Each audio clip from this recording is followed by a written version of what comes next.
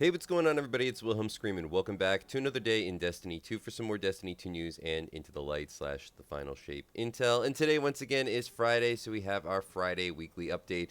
XUR has returned. Unfortunately, no Trials of Osiris this week. I think that's because we got the new Crucible playlist and maps.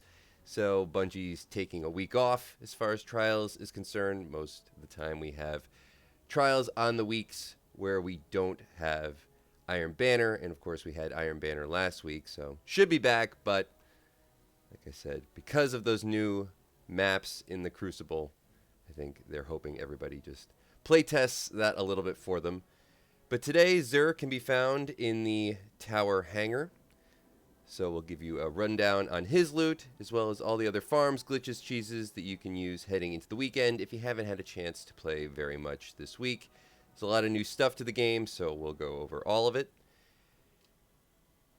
For the exotic loot today from XUR, we have the Lord of Wolves, everybody's favorite trolley weapon in PvP, at least it used to be.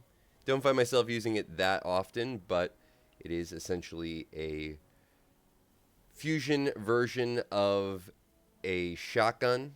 So if either one of those kind of weapons appeals to you, shotgun or fusion rifles, this is the weapon for you. We have a Liar's Handshake for the Hunter class with a 67 roll, 26 mobility, 18 discipline, and 12 strength.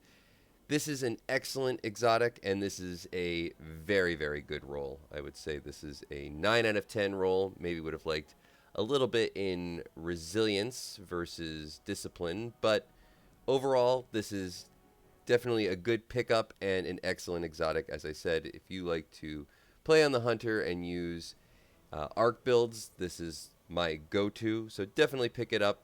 It always got me through some endgame a couple of seasons ago when I was running GMs on my Hunter quite a bit. We have an ACDO feedback fence for the Titan class with a 66 roll with very good resilience and discipline. I would also say pick this up if you are looking for a very good roll on ACD feedback fence. 66 is above average as far as rolls from XUR go, and this is a really good stat distribution. I always love anything that has high resilience, recovery, and discipline. Those are the three stats that I'm always on the lookout for, and this has an incredible roll on two of them. And then we have the Aeon Soul with a 70 total roll for the Warlock. Now, this is I think this is actually as high of an exotic as you can get from XUR, 71 being the highest stat rolled exotic overall, but 70 actually being the highest that can be purchased from XUR. Not the best stat distribution, as mobility is really lost on this exotic, especially for a Warlock, and so is strength. Would have loved to have seen those in resilience, recovery, or discipline, or even intellect. But 70 overall is kind of crazy, and you don't see them that often, so maybe pick it up if you don't have this exotic, or if you're looking to maybe build into it for some weird build. I'm not totally sure exactly what you could do, but still interesting to see a 70 overall in the list.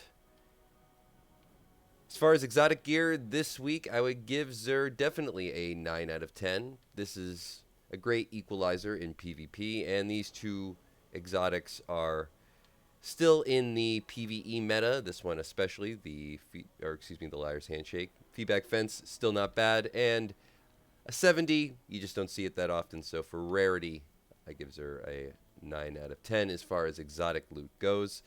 On to legendary weapons, we have a Dire Promise with Overflow and Osmosis. We have the Annual Skate with Slide Shot and Opening Shot. This might actually be pretty good in PvP. I'm liking the 140s at the moment. We have a Blood Feud with Ambitious Assassin, Elemental Capacitor, and Right Hook. Deep Sight activation weapon here. If you're looking for a good stasis submachine gun, this is a decent one. We have a Truth Teller with Disoriented Grenades, Grave Robber, and Quick Draw. Pick this up because Disoriented Grenades are a very underrated perk. Maybe they're not underrated, but they help a lot, especially in raids and in endgame activity. You never know when you're going to need one. And if you don't have one with Void, there are better rolls on this, but just to have something in your arsenal, especially for new players. We have the Decider Shotgun with rapid fire, what's a rapid fire frame, excuse me, with dual loader and Demolitionist. Sometimes it's strange when you only have 2 perks on a weapon nowadays. We have the Blast Batu with quick draw and snapshot sight, and we have a memory interdict with surplus and wellspring. As far as legendary weapons go this week, this one may be the standout. This may be okay for PvP, maybe decent for some PvE in the future, but kind of low as far as the best rolls to pick up. Nothing that great, so maybe a 6 out of 10 for XUR as far as legendary gear goes this weekend. For legendary armor, we have the Catch Killers armor set. And fairly strange, we actually have one standout for the Warlocks. So Warlocks, you won the legendary armor set raffle this week because you have one piece of armor that has above a 65 roll and actually has a decent stat distribution. But everything else is bugged. So if you don't know about the armor bug glitch for legendary armor from XUR, occasionally we get a armor set that is just so old that they haven't updated the stats on them. Everything is supposed to be at least a 58 plus, so normally you see stuff between 58 and 65 with occasional bumps over that. But as you can see here, everything is low 50s or even 40s in the case of the boots. And this is across the board for all 3 classes, and nobody else other than the Warlocks got anything above a 60. Everything else was below 55. So strange that the gauntlets, this must have been a crazy roll on these gauntlets is all I can say. Over on the exotic weapons page, we have a Hawk Moon with quick draw and heavy grip. And of course we have our exotic cipher. And that is going to be it for all the information regarding XUR this week. Unfortunate about the legendary armor, but I think the exotic armor more than makes up for it, if I'm being honest. Maybe that's the reason why the legendary armor was so low. Legendary weapons, like I said, probably mid-tier as far as things that you want. Pick up a Truth Teller if you're looking for something good for some endgame. As I said, Saint 14 unfortunately is on break this week, which he shouldn't be. So we'll skip on him. We'll head over to Banshee 44 real quick. And as we do, give a brief run around of all the weekly and daily activities, farms, cheeses, glitches, what have you, that you can use heading into the weekend. If you're planning on playing more this week, of course we have Warlord's Ruin. Our daily legendary lost sector is the Quarry. It's awarding exotic chest armor, so if you're looking for Gerfalcons, if you're a hunter, this is the day to go and farm it because the Quarry is one of the easiest legendary lost sectors to farm. By far one of the quickest, one of the 2 quickest, and yeah, just a great day to farm overall. Remember, if you've been storing up any of those exotics in your postmaster and you're looking for an exotic chest piece, now's the day to take them out of your postmaster. If you don't know what I'm talking about, you can store up your exotics from a legendary lost sector as an exotic engram by picking them up and having them sent to your postmaster by having a full inventory of engrams on your person like so. And then you can take those exotics out of the postmaster on a different legendary lost sector day in order to get that legendary lost sector's daily loot. So if you're looking for chest pieces, pull them out of your postmaster today. They'll all decrypt into chest pieces. It's a great way to farm on a given day and get the loot you want on a different day if there's a really easy farm versus a more difficult farm for a piece that you want. This is all changing, of course, come the final shape, as exotics will be sort of done through Master Raoul in a similar fashion to how they are now, but you'll be able to rank up with Master Raoul. So all the legendary lost sector loot will now be sent as an Ingram versus as a piece of gear. So you will have a chance on anything on a given day regardless. So it's really going to come down to what's the best day to farm versus what loot you're looking for. Over at Banshee 44, remember this loot will rotate 7 hours after the daily reset timer. So when XUR arrived, 7 hours after that. Nothing too stand out. Maybe pick up this fusion rifle if you're looking for something with chill clip, which got a huge buff. Fusion rifles are great in PvE at the moment. They always really are. I would say this is a good alternative if you don't have something like Riptide. This is about on par with that, I would say. I think it might even be slightly higher impact. True Prophecy has time payload, which I always find is interesting in PvP, as time payload sort of disorients your opponents a little bit, and it seems to kind of feel a little bit more like Old Thorn, in my opinion, versus New Thorn, which just doesn't feel like Old Thorn. Let me know if you use Thorn in the comments down below and you're just not satisfied with it. I'm talking about old D1 Thorn. This True Prophecy has that sort of feel. I think it's because the impact is so high on it. So maybe pick it up for PvP if you want to give it a try. Peace of Mind, Deep Sight Activation Weapon with Vorpal. I always suggest picking up a Vorpal weapon if you see one, especially in the primary slot with Kinetic. Whispering Slab has Archer's Tempo as well as Opening Shot. This also could be decent in both PvP and PvE.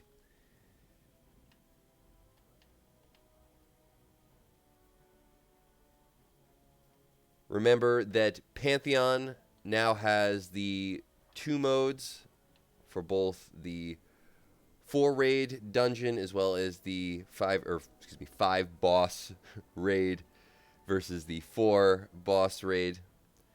Kind of feels more like dungeons now, or even like GMs a little bit, which I actually am all for. Love the kind of pick your own adventure raid category. I always kind of missed that from when we had vanilla D2 and we used to have the Leviathan.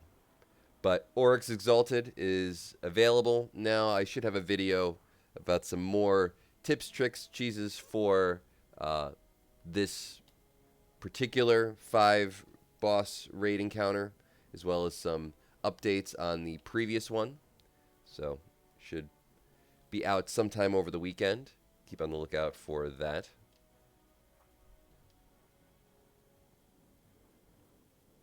We had the Whisper this week, and we have these 0-hour mission returning next week. So should have a guide for that out on Tuesday or Monday.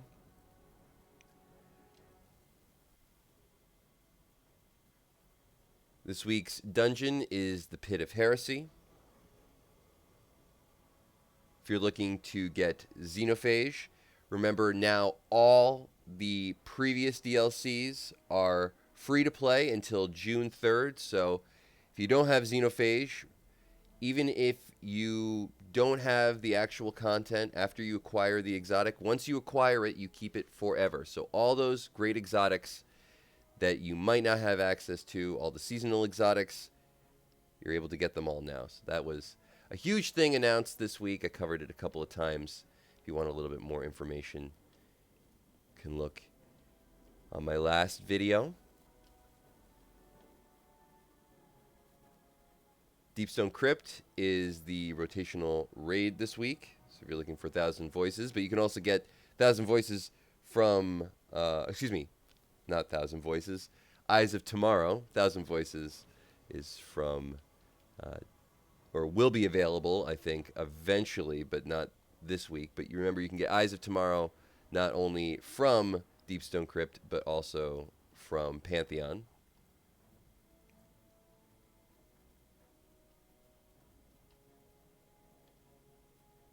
We have the Nightfall and GM Nightfall this week, which is the Heist Battleground Moon.